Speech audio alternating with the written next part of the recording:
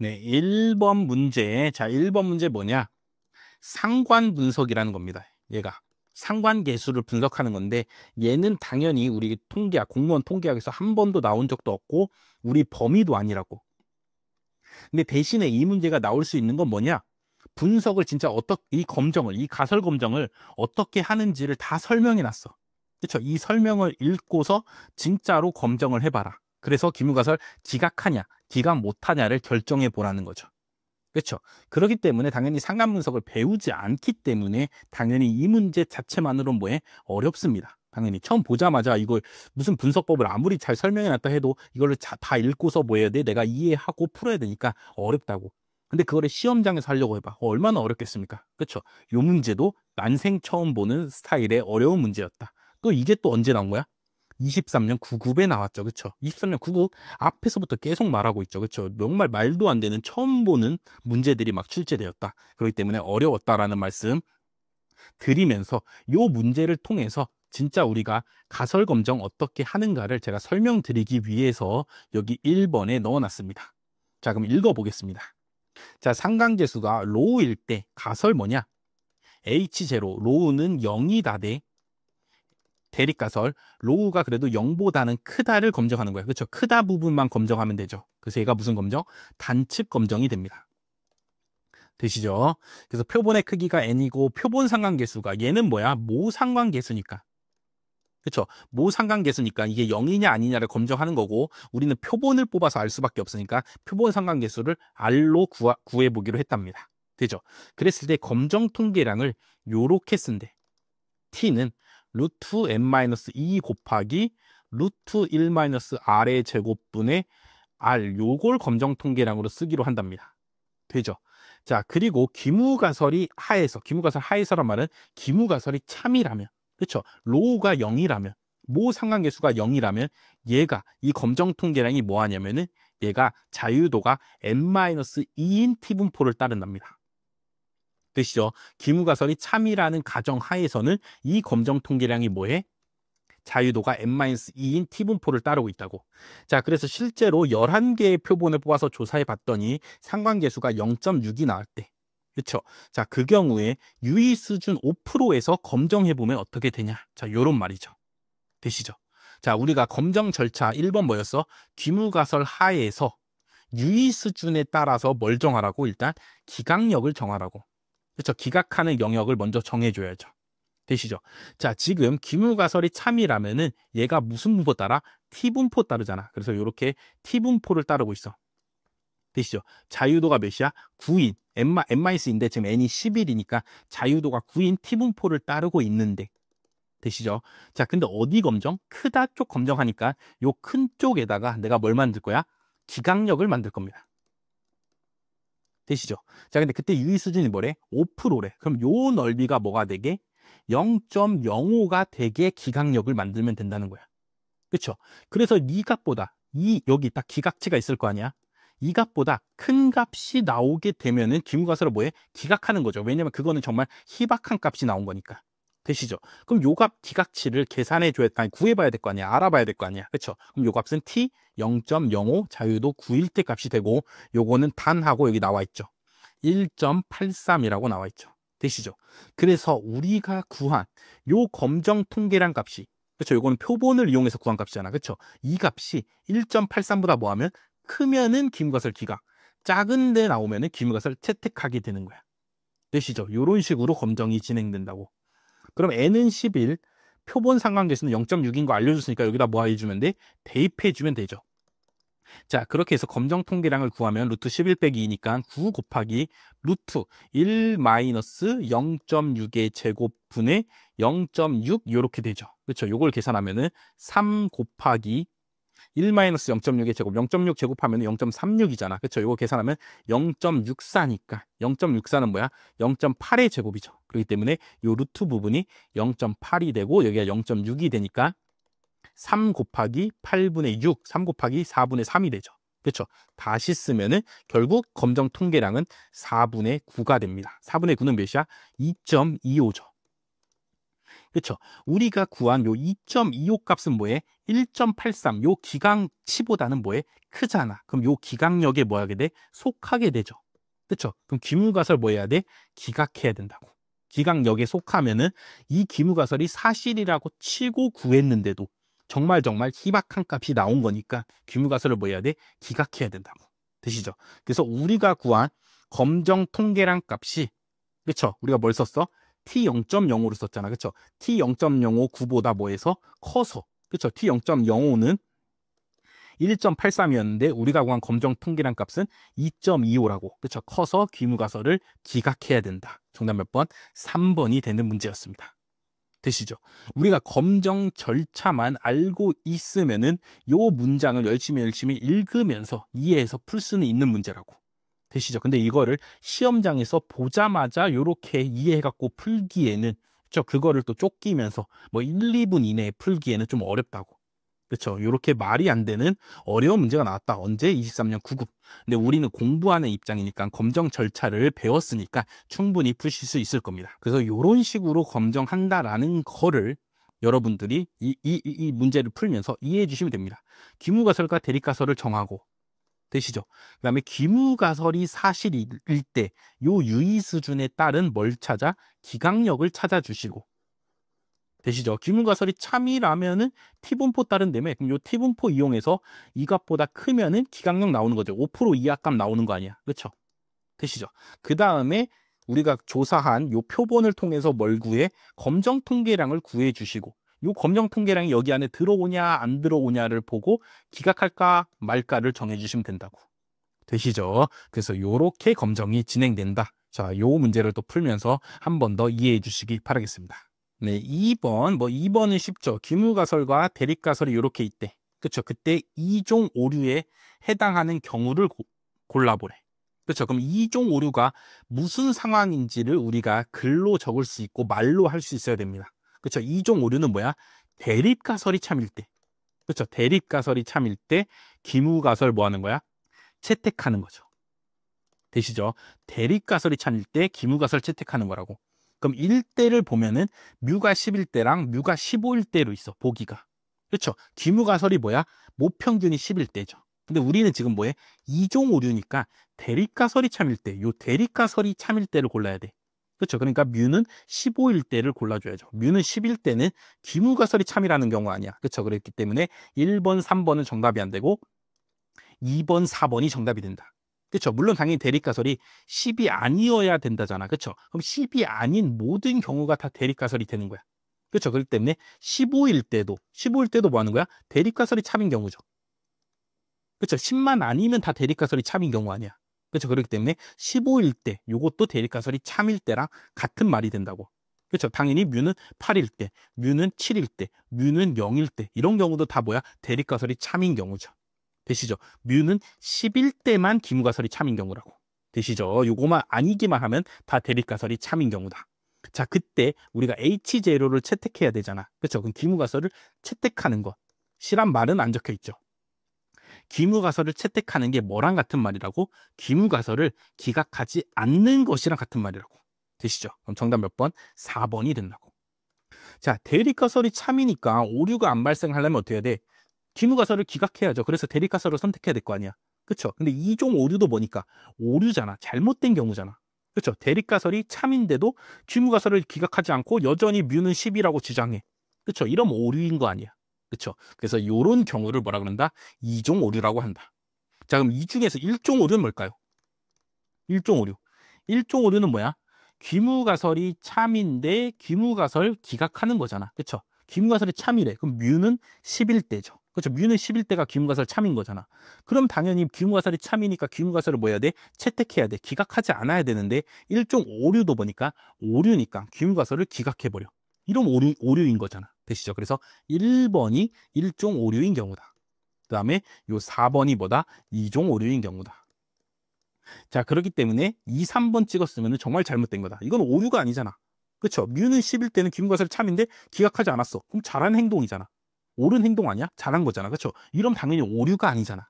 그렇죠? 그렇기 때문에 오류를 찾아보라 했기 때문에 당연히 1번과 4번이 오류인 상황이고 1번은 뭐야? 1종 오류인 상황이고 4번이 뭐다? 2종 오류인 상황이다 라는 거를 알아주셔야 됩니다. 그렇죠? 그래야지 뒤에는 이제 뭐예요? 1종 오류가 발생할 확률, 2종 오류가 발생할 확률들을 계산해 줘야 되기 때문에 2종 오류는 대립가설이 참일 때 귀무가설 채택하는 경우다 라는 거를 반드시 해주셔야 됩니다. 반드시 말로, 입으로 나오게 외워주셔야 된다. 분사는 제곱의 평균 빼기 평균의 제곱이다. 이게 말로 나오는 것처럼 2종 오류랑 1종 오류, 귀무가설이 참일 때 귀무가설 지각하는 거다. 그렇죠? 요게 당연히 입으로 나오게 외워주셔야 됩니다. 네, 바로 이어서 3번에 나오죠. 1종 오류 확률에 대한 설명으로 옳은 것은.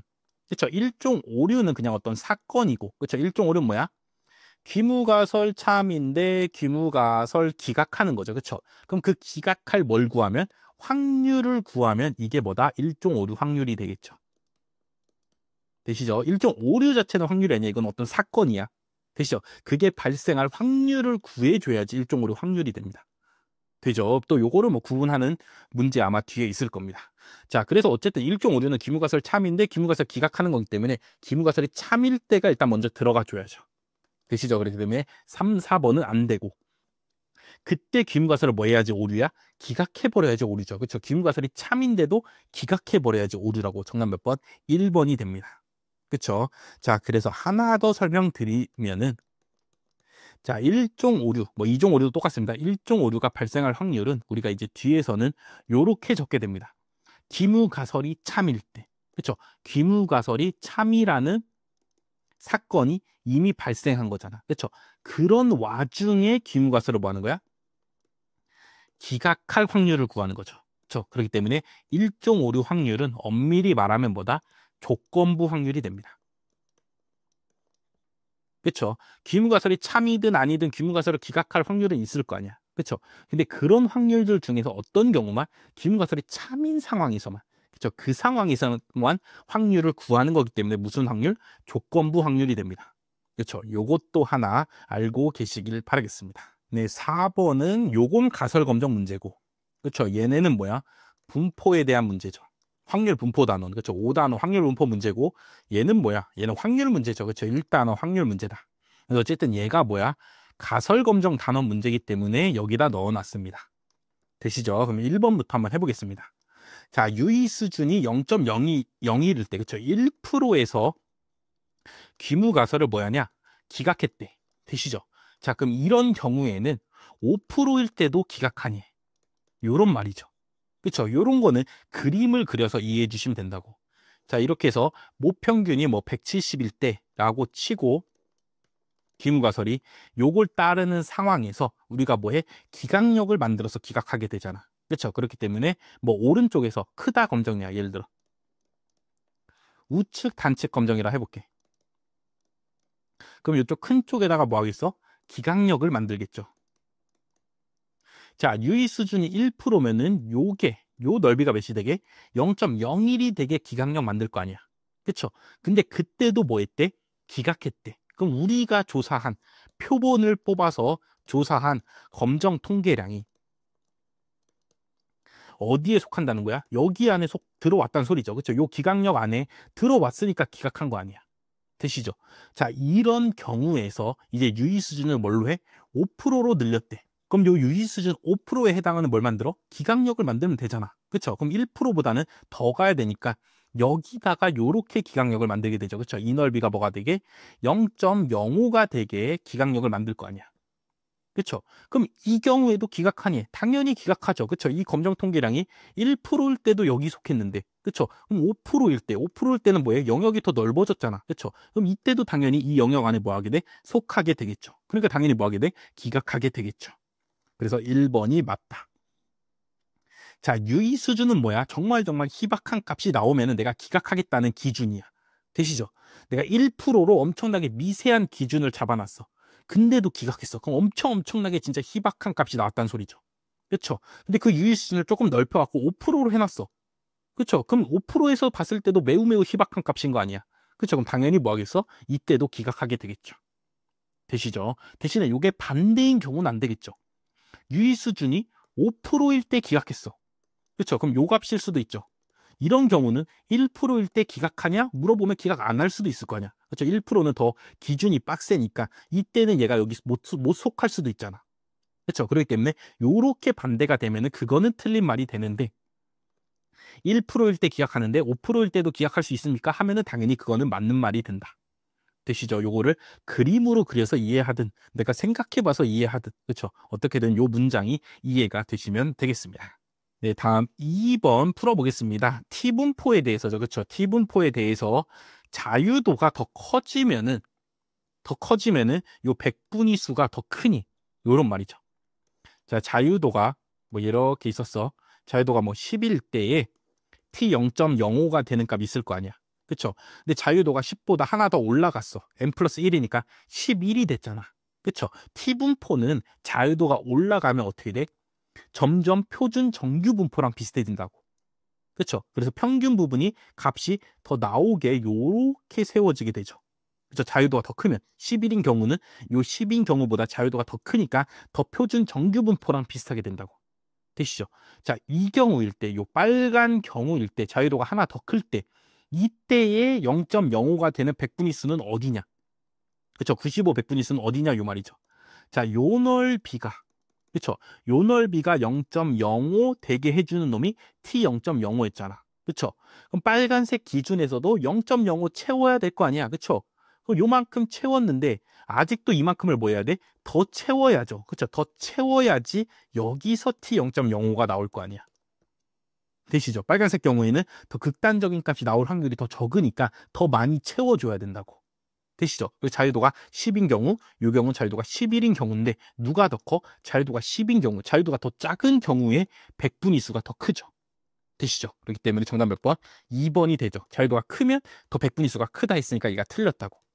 그렇죠? 자유도가 작을수록 더 백분위 수가 크니까 더 극단적인 값이 나올 확률이 더 크기 때문에 더 빨리 5% 채울 수 있다고. 되시죠? 그래서 이렇게 해서 그림으로 이해해 주시면 됩니다. 이거는 확률 분포할 때도 T분포에 이런 비슷한 문제 있었죠. 그렇죠? 그때도 설명드렸기 때문에 지금 충분히 이해가 가실 겁니다. 자, 3번은 뭐냐? 카이제곱 분포의 경우에 살펴보래. 그렇죠? 카이제곱 분포는 어떻게 생겼냐면 0부터 출발해서 요렇게 생겼는데 자, 그래서 여기서 5% 채우는 값을 뭐 카이 제곱 0.05라고 할 수 있죠. 그쵸? 근데 만약에 자유도가 더 커지면 어떻게 되니? 그쵸? 카이 제곱 분포는 원래 뭐야? 웬치분인데 카이 제곱 분포 설명할 때 했죠. 자유도가 올라가면 어떻게 돼? 점점 얘가 좌우 대칭이 되려고 그런다. 그쵸? 그래서 더 요쪽으로 요렇게 갖고 요렇게 생겼을 겁니다. 되죠? 요렇게 생겼을 거라고. 더 이렇게 오른쪽으로 이동하게 된다고. 그렇죠? 자유도가 점점 커지면은 나중에는 진짜 좌우 대칭이 되려고 요렇게 만들어진다고. 되시죠? 그럼 이때부터 5%를 채우니까 얘는 자유도가 더 올라가면은 더 오른쪽으로 가게 되기 때문에 분포가 되시죠? 더 극단적인 값이 나올 확률이 뭐예요? 더 크다고. 그래서 더 빨리 5%를 채우게 됩니다. 이렇게. 되시죠? 그렇기 때문에 자유도가 더 큰 95, 100분위 수는 카이제곱 분포에서 자유도가 클수록 더 커진다고. 되시죠? 그래서 3번은 맞는 문장이다. 그렇죠? T분포랑 다른 거야. 카이제곱 분포는. 그렇죠? 카이제곱 분포는 더 자유도가 클수록 오른쪽으로 간다고 얘가. 그렇죠? 그렇기 때문에 극단적인 값이 나올 확률이 더 커지게 됩니다. 그렇죠? T분포는 오히려 자유도가 올라가게 되면은 애가 더 평균에 몰려 나오기 때문에 극단적인 값이 나올 확률이 더 뭐 한다고? 더 작아지는데. 그렇죠. 그렇기 때문에 카이저 분포는 요게 성립한다라는 거 이번 기회에 알아주시면 되겠습니다. 자, 이제 마지막으로 4번 보면은 A1, A2가 서로 배반이래. 배반이 뭐야? 서로 겹치는 부분이 없단 소리죠. 그렇죠? 이렇게 없대. 자, 그럴 경우에 B가 이미 발생했을 때, 그렇죠? B가 이미 발생했을 때 A1, A2가 발생할 확률을 합치면은 그거는 각각을 합친 거랑 같아지네. 요런 말이죠.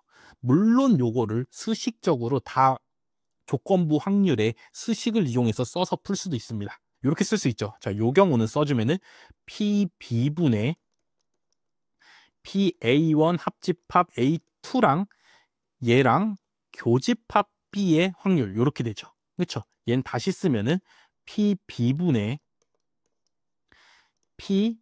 근데 A1이랑 A2랑은 합집합이 각자 따로 있잖아. 그렇죠? 각자 겹치는 부분이 없다고. 그렇기 때문에 PA1 합집합 A2 얘는 그냥 PA1 더하기 PA2 그냥 요렇게 되는 거죠. 그렇죠? 얘 합집합의 확률은 각각의 확률 더한 거나 똑같잖아.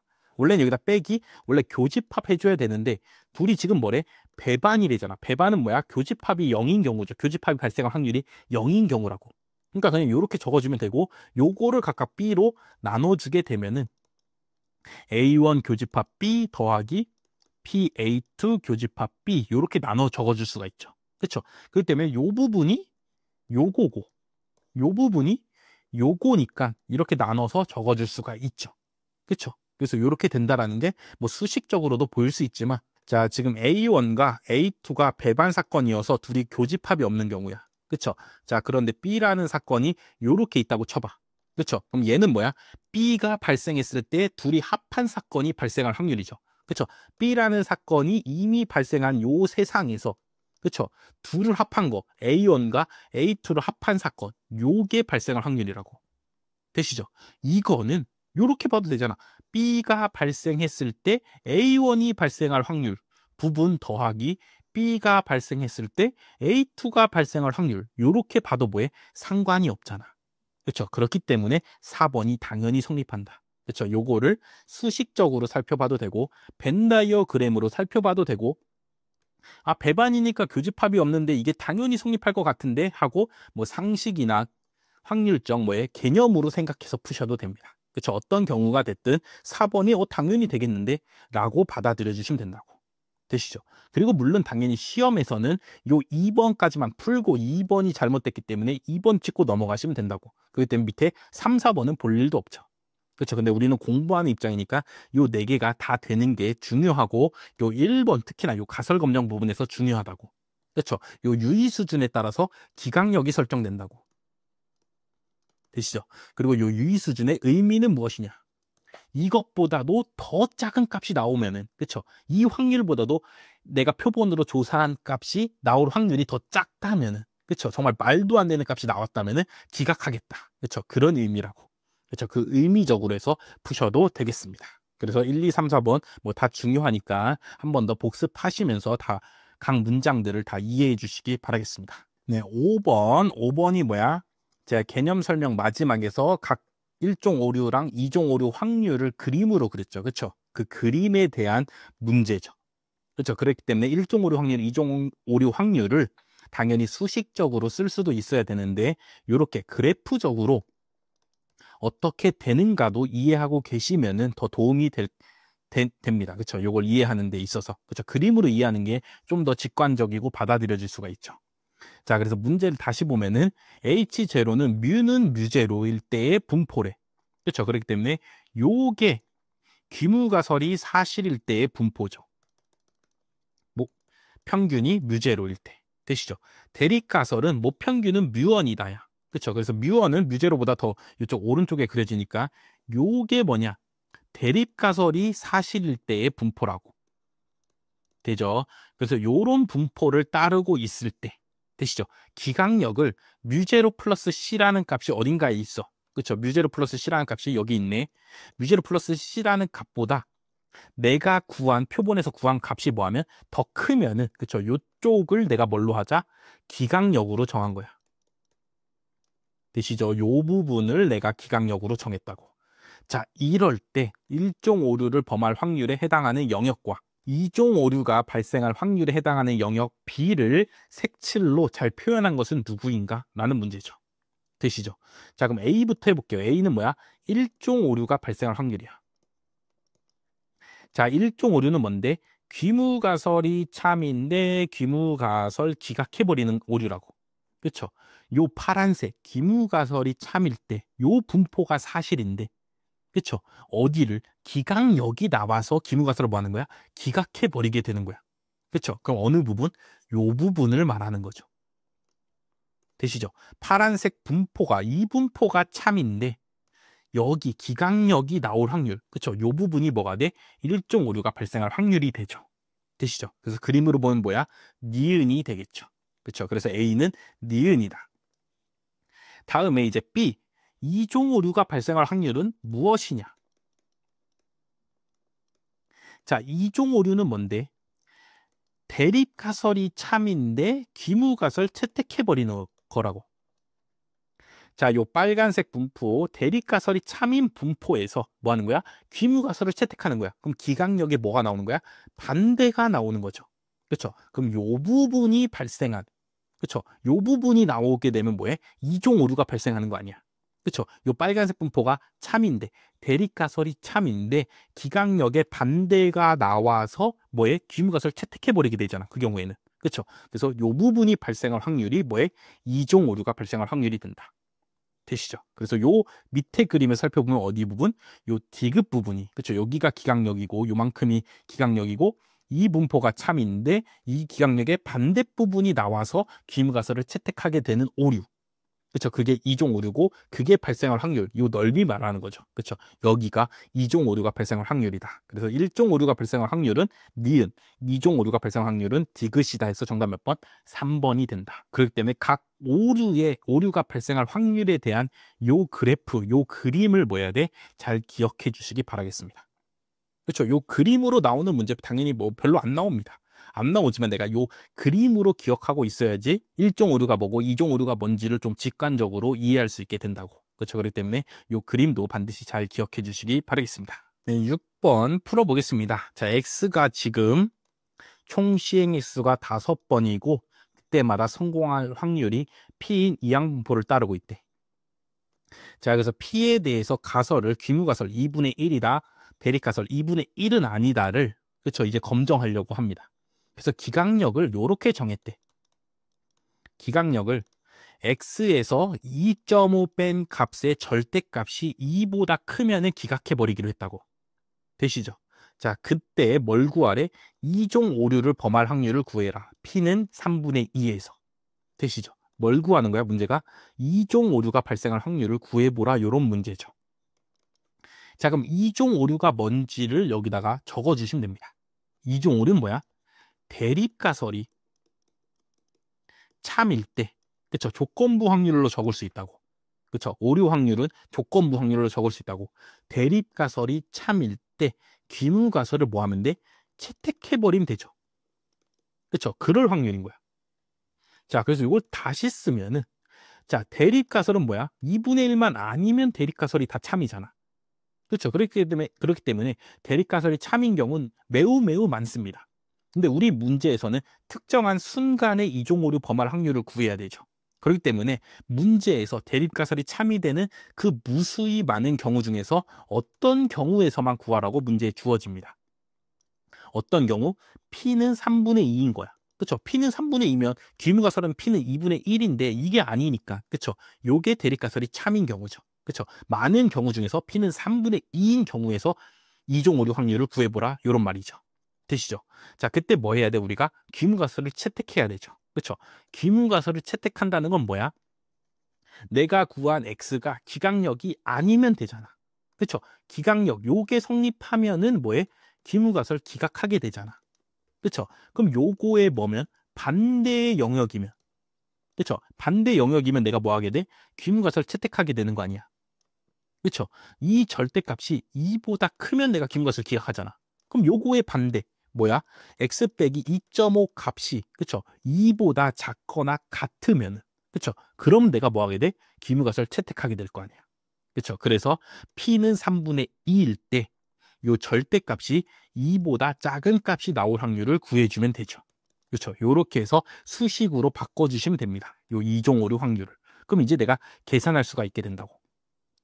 자, 절대값이 어떤 값보다 작다는 마이너스 2보다는 크다.